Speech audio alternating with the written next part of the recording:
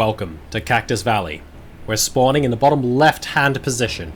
Currently 1-0 down in this best of 3, knocking Elfie out of the bracket, but coming up against a Zerg that's pretty strong.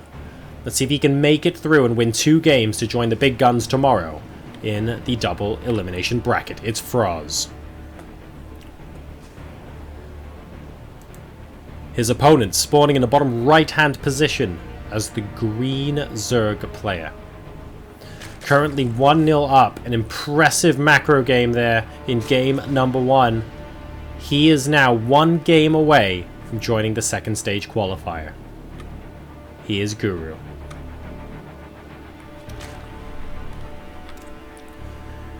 Guru playing from Poland, frozz playing from Croatia. 15 pool coming down from Guru, no hatch firsts at the moment. Going to be initially scouting north, won't see it. We actually have horizontal cross spawns on this map. It's been a while since we've seen a game on Cactus Valley. It's a pretty cool map. Lots of nice little graphics and features. Moving down though, we'll be looking to see how they make the journey across the map sideways to go ahead and attack their opponent. Got the command center on the low ground coming in from frozz. The barracks starting up after that, so going CC first, being as greedy as possible.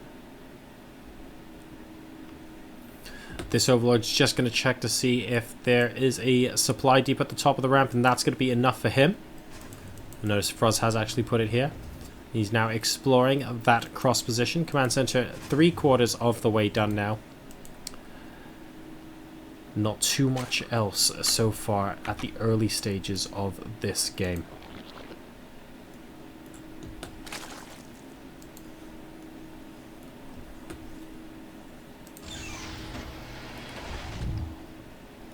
Just going to be Marines at the moment, so no Reaper play coming out from frozz. Don't think we saw any of the previous game as well. We have an early bunker coming out in the natural expansion. Now, of course, we've seen Terrans fall to a lot of attacks, to be perfectly honest. That involve not having a bunker in a correct place. So really good that that's happened. Need to be careful. 2 Marines are out. This Overlord could die. This Overlord could very, very, very die. Oh, he saw it for just a second. Did he? No, I don't think he noticed. For just a second, if the Marines came over, I think 2 of them combined could have killed off that Overlord. He's going to be moving back in now, but 1 Marine is not going to be enough there. If he sends the other one around, though, is he going to send it around? He is going to send it around. Nice. Okay, so this Overlord might end up being toast anyway. So Overlord kind of needs to come into this position. It's a little bit awkward. He's not on very much health at the moment as well. So I think it is going to go down. There's not too much you can do about it.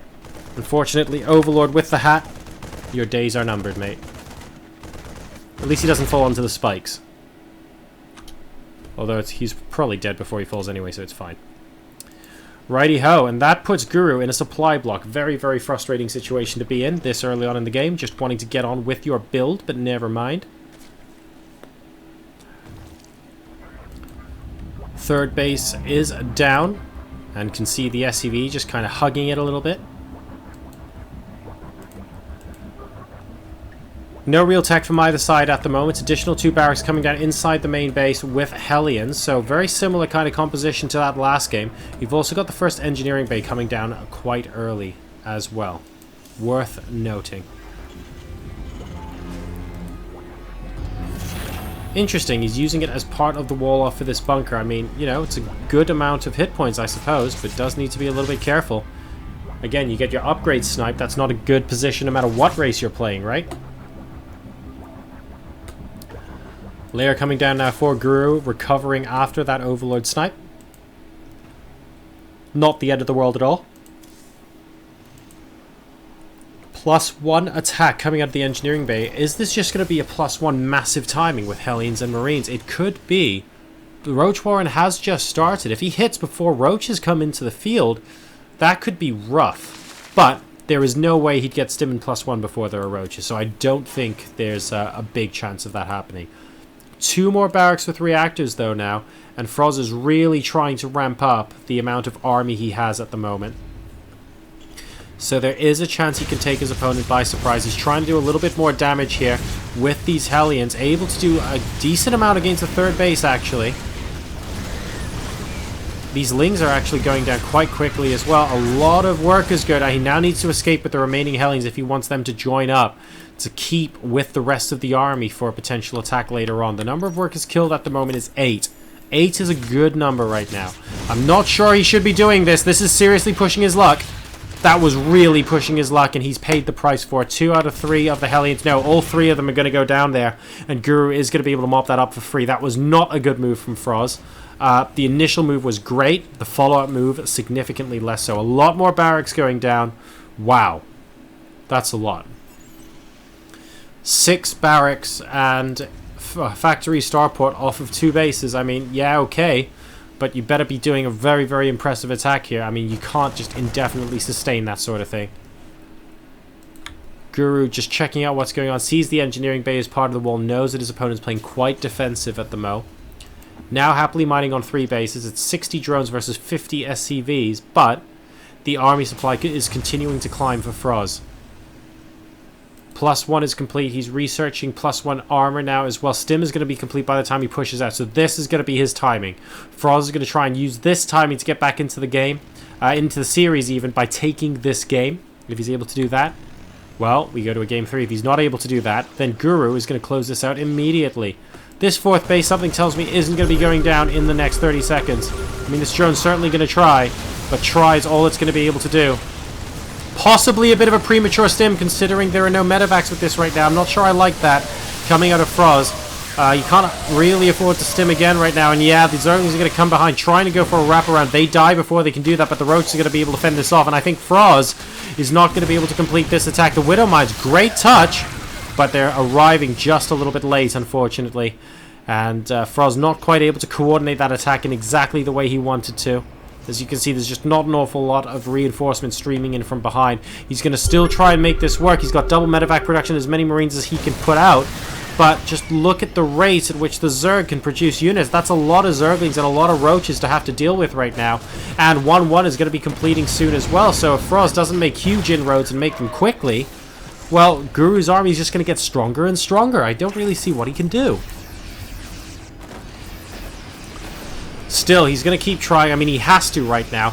Oh, he's supply blocked on 110. 2 supply depots coming in. He really needs a supply drop, ideally. No, he's dropped a mule. Okay, he did actually use a supply drop, and he's actually got one more at the natural. Good.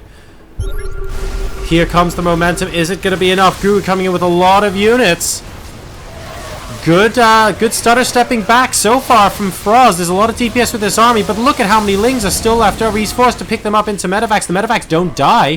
He's able to preserve them, but this has bought Guru enough time for 1-1 to complete, and he's going to have infestors the next time this army pops by as well, and I get the feeling that is going to be the end of the momentum for our Terran player. Guru holding that like a boss, and frozz throwing everything, including the kitchen sink, at his opponent, but not quite able to get him to surrender. Not able to break through that army and take that base. He delayed the 4th, but that's all the attack did at the moment. And frozz definitely wants to do a lot more with that.